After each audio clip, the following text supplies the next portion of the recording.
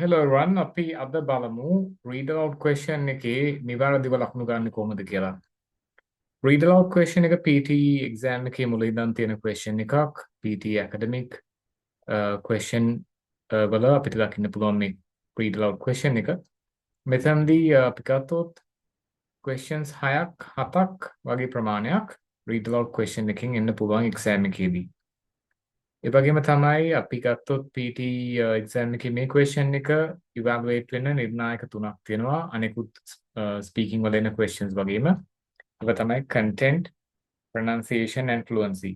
අපි බලමු මේ එක එක නිර්ණායකයක් අරගෙන මේවා කොහොමද question එක evaluate වෙන්න පාවිච්චි වෙන්නේ කියන කාරණේ. content එකේදී ඒගොල්ලෝ කියනවා each replacement, omission or insertion of a word counts as one error. content කියලා ඇත්තටම කියන්නේ අපිට read කරන්න දීලා තියෙන කෙටි ඡේදය. මේකෙදී අපි වැරදියට වෙන වචනයක් කිව්වොත්, ඒ කියන්නේ තියෙන වචන වෙනුවට වැරදියට උච්චාරණය කරොත්, right? ඒක කියනවා it counts as one error. ඒක වැරද්දක් විදිහට සැලකෙනවා. ඒ වගේම තමයි යම් වචනයක් අපි නොකියවා හිටියොත්, කියවන්න නැතුව හිටියොත්, omission කියන්නේ ඒකයි උතනදී. එතනදිත් ඒක සැලකෙන්නේ error එකක් විදිහට. ඊට අමතරව තියෙන වචනයක් වෙනුවට වෙන එකක් insert කරනවා. insertion of a word. ඒකත් වැරද්දක්. ඒතර ওই වැරදි තුන ගැනම අපි careful වෙන්න ඕනේ. මොනවාද ඒවා ටික ආයෙ පාරක් බලමු. replacement ඒ කියන්නේ වචනේ වැරදිට උච්චාරණය කරනවා. omission වචනයක් නොසලකා අපි කියවගෙන යනවා. insertion තියෙන වචනයක් වෙනුවට අපි වෙන වචනයක් add කරනවා. එහෙම නැත්නම් අපි අමතර වචනයක් add කරනවා text එකට කියවගෙන යද්දි. ඒතර මේ හැම එකක්ම error එකක් විදිහට සැලකෙන්නේ. ඒකින්ද අපි careful වෙන්න ඕනේ read aloud question එකේදී. එතකොට අපි ගත්තොත් pronunciation කියලා කියන්නේ කෙනෙක්ගේ උච්චාරණය. මේක එතකොට එක එක මට්ටම් තියෙනවා.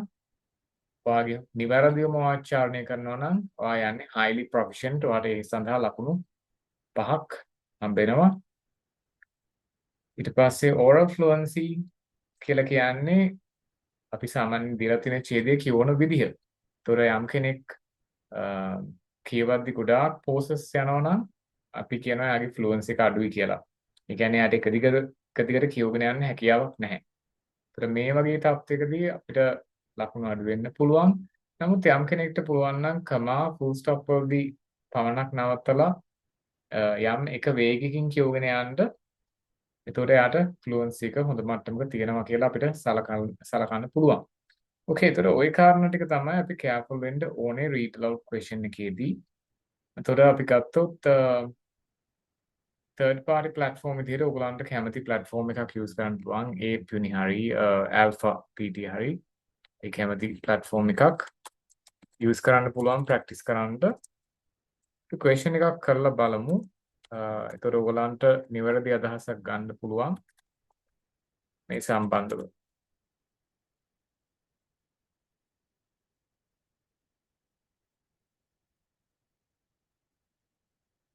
මේකෙදී ඔයගොල්ලෝ සැලකිලිමත් වෙන්න අනවශ්‍ය වේගකින් කියවන්න යන්න එපා. ඒ වගේම හිමීට කියවන්න යන්නත් එපා. සාමාන්‍ය වේගෙන් කියවන්න. right?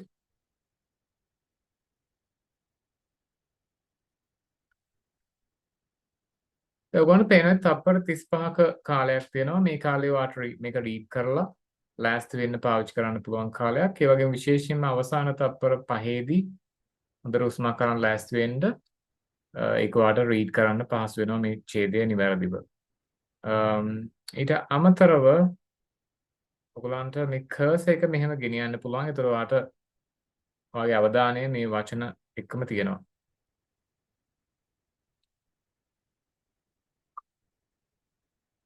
Past tragedies of whales are a recurring issue in Australia and New Zealand. In recent years, multiple events have highlighted the severity of this problem. For instance, in April 2024, around 160 pilot whales stranded on a Western Australian beach, prompting a significant rescue operation by marine biologists and wildlife officers. මේකෙදී අපි සැලකිලිමත් වෙන්න ඕන තව කාරණා කීපයක් කියන්න. එකක් තමයි බිඳුවේදී පටන් ගන්න එපා. එක වෙද්දි පටන් ගන්න. මේක 35 ඉඳන් අඩු වෙගෙන ගිහිල්ලා බිඳුව වෙනවනේ. එතනදි පටන් ගන්න එපා. එක වෙද්දි පටන් ගන්න.